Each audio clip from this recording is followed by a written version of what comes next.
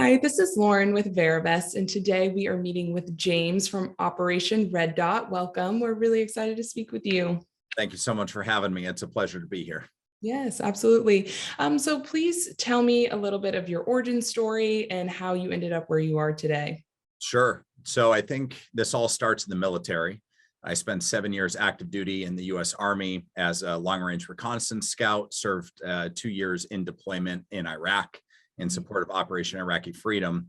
The reason that matters for investing in real estate is I take a lot of what the military principles were in combat and apply them to real estate and to investing. And there's a lot of different ways that we do that, so we won't dive in too terribly deep, but the ultimate idea is the same theories and understandings of how we would approach a combat scenario is actually very correlated to real estate and investing. And so those two have a lot of crossover.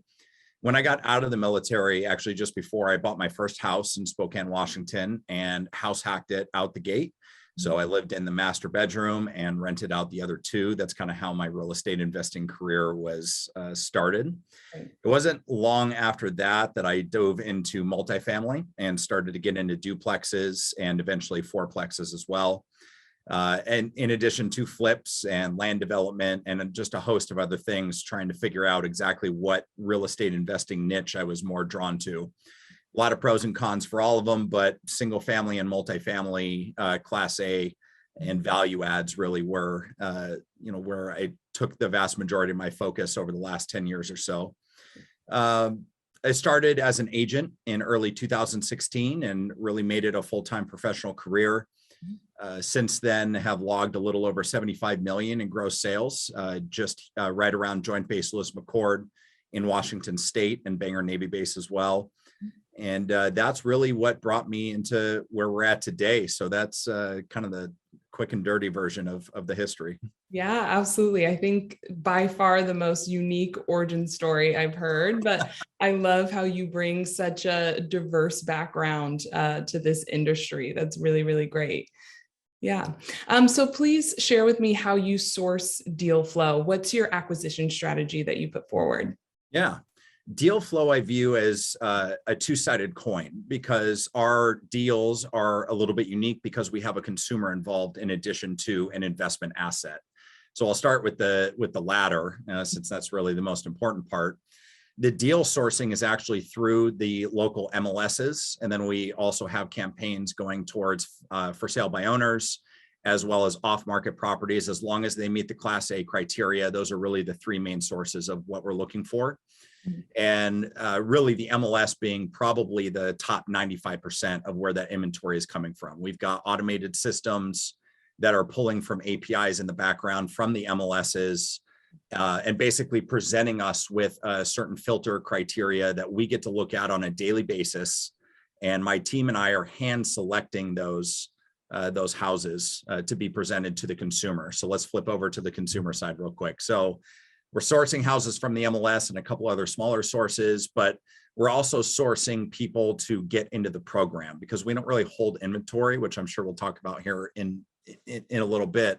We don't hold inventory in houses. So I don't actually acquire a property until I've got a pre-approved military client that says, James, I need a place to live. And at that point, we're putting them through a full criminal credit background check and getting them approved and issuing them a maximum. And so where we're getting those guys is important too, because, and as you'll see in other videos that we've got, there's an average of about 2,500 service member families in motion at any given time all around the US. And in our market, we've got about 250 a month coming in that are brand new and they all need a place to live. So we've got a very strong source of the active duty military personnel that come with the guaranteed income. We'll talk about that later. But the sourcing ultimately is coming from the Northwest MLS, and then we're cherry picking and hand selecting the best properties that we believe our clients would actually want to exercise the right to purchase on. Yeah, absolutely. And, you've touched a little bit on practicing in the Northwest, but can you elaborate a little bit on the specific key markets that you operate in and why you select those markets? Yeah, that's such a great question because this, the fund that we've created is not meant to just be for Washington. Mhm. This fund becomes a lot more powerful because of the way that military members and families are always moving around. We really want to be positioned to where we can help these people get housing at every duty station they go to. So we really entrench the fund as a household name in military housing. And so to briefly talk about that, we've identified 75 military installations across the country that have met a pretty robust due diligence checklist for us on why we would want to deploy capital into that market. I'll give you a few.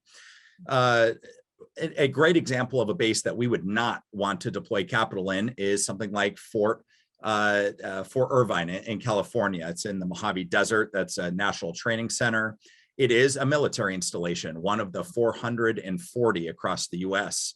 But there are people that are constantly rotating through there for training exercises, and the people who are the cadre or the leaders of that organization aren't living there long-term either.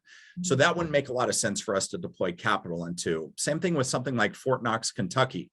That's one of the most well-known Army bases across the US and has a pretty sizable force there.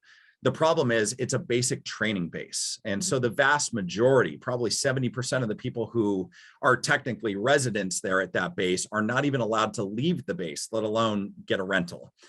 And same thing with the drill sergeants and the people that support that operation. They're really only there for 1 or 2 years. So they're not really a good fit. They're not really a use case for this program. So when we're looking at what bases we want to expand into, we're really looking deeply at the markets around the military installations to see how liquid the real estate market is in that area. We're looking at things like days on market, average price per square foot, and many other factors that really drive the health of the real estate market itself around the military installation. But then we're also looking at what kind of base is it? What kind of forces are there? How strategic of a location is that to the federal government and to the military? And there's just a host of other things that we're looking at that ultimately ensure that that base is going to be around for a long time. And it also has a lot of volume of families leaving and coming on a monthly basis. Right. Yeah. And you've kind of touched on why you select certain areas, but how do you determine whether a deal is worth doing or not? What's your investment philosophy that you put forward? Yeah, that's another really great question. I think at the beginning, we want to be picking homes that our service members would want to buy. There were trillions of dollars that were guaranteed in VA loan amounts in 2020, just for example. Veterans are buying homes. They're exercising their right to own property through the entitlement that's given to them through the VA.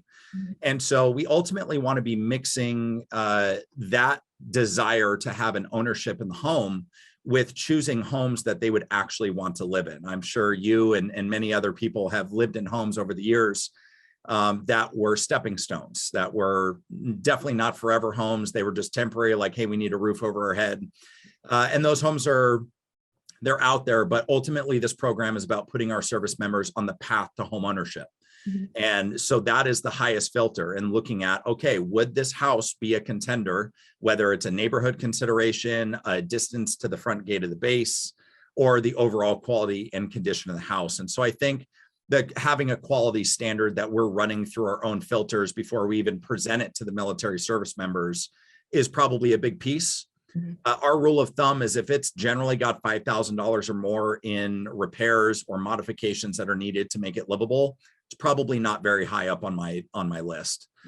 We need as turnkey as possible because the vast majority of our clients are already boots on the ground where they need housing, meaning they're living in a hotel and they may have been there for up to 6 to 12 months before they get into our pipeline. And so they need something quickly. And so we are not flipping and fixing. We're not value adding. We are exclusively looking at opportunities to get them in turnkey as quickly as possible, which also fosters that environment of, oh, this house is ready to go. We move our things in, and 90 days later, it could be ours for real by exercising that right to purchase. We're also looking at Class A neighborhoods. We want to make sure one of the biggest things that our military service members tell us in our focus groups is safety is among the chief, probably top 3 concerns for where they're going. And so we are, we've been in this market for a long time, and even in other markets, we've had partners that have been there for years, almost decades, and have a very deep, rich understanding around what neighborhoods are classified as B or A neighborhoods and which ones are C and D minus neighborhoods. Ones that we might want to stay away from, definitely want to stay away from. And the last consideration is resale value. If that military family, for whatever reason, does not exercise their right to purchase, and we don't have anybody lined up in the background, or for whatever reason, we want to liquidate that asset so we can spend it in another market or in that market for somebody else, we want to make sure that we're buying assets that are the highest liquidity, ones that have the lowest days on market, the highest desirability, not just for the military, but the overall market in that space. Yeah.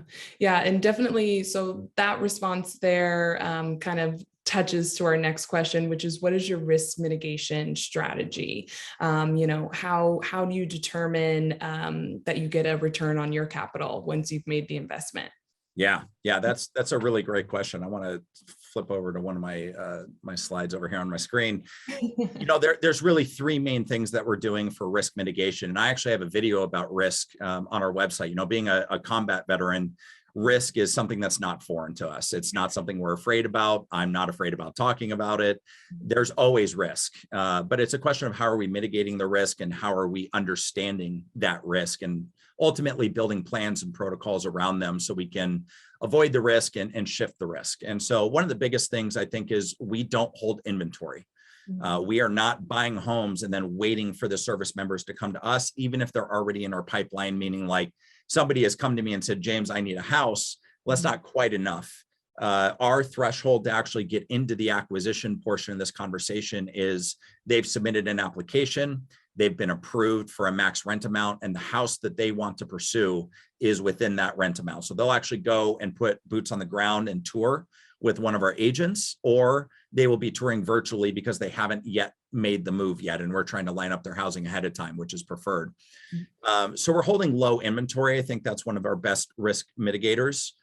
Our second is our demographic. We exclusively have this program only open to the military. And the military has something called BAH, or Basic Allowance for Housing. And that's a DoD housing stipend that gets paid monthly during the entirety of a service member's career. And the great thing is they don't have to be the middleman in that conversation. Meaning, like, I hate using the correlation to Section 8, but the way that that's paid by the government is actually very similar in the way that we submit our lease to the DoD. And they ultimately direct deposit that money on a monthly basis on the first of every month. And so there's never really a question of, hey, is this person going to be paying rent on time, or are we going to have to levy late fees? It's direct deposit on an automated schedule from the federal government. Kind of hard to beat that. Yeah. And then, of course, the risk mitigation on the asset itself. We are a core risk profile looking at Class A income producing real estate.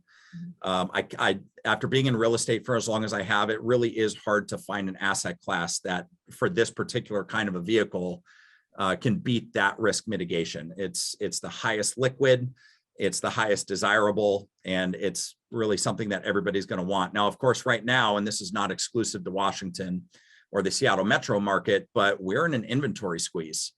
And so having, he who has the assets are going to be the one that is in a much better position. And so I think by focusing exclusively on that asset class, it just keeps us in a very nice spot to where if we were put into a position where we needed to liquidate, we're in a pretty nice position to do so. Yeah, absolutely.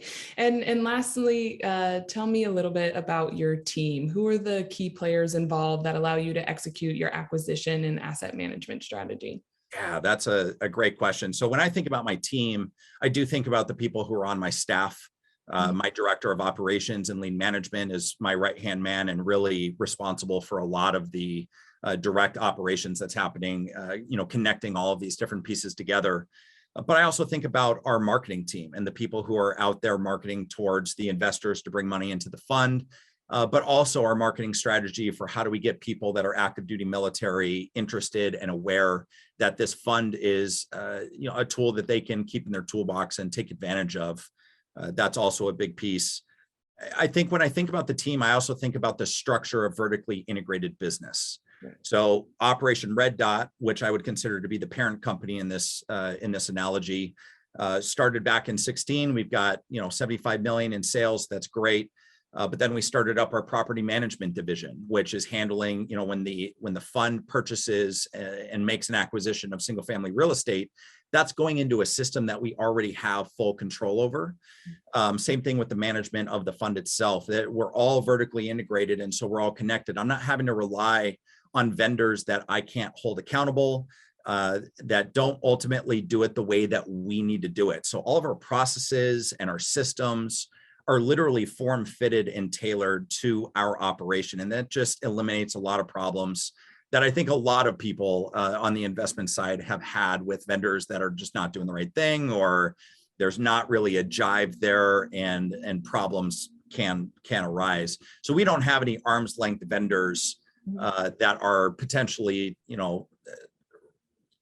square holes and trying to put it in, into that round peg, Right. So, but yeah, the team overall, I think the core operations team, and then of course our senior property manager, and then the actual team of the agents that are on the ground in the different locations, and our what I call our dispatch center, or our inside sales agents that are taking calls from all of our consumers. It is the global picture. So it isn't just these guys work for the hedge fund and these guys work for the sales side of Operation Red Dot. We really do operate as a conglomerate in that way. That's great. That's great. James, thank you so much for speaking with us today. It was amazing to hear about Operation Red Dot. I feel like I've learned so much in the last 10 minutes. And so we really, really look forward to working together. Likewise, I'm super excited, and we look forward to talking to anybody who has questions or wants more info. Yes, absolutely. Absolutely. Thank you so much. No problem. Have a great day. You too.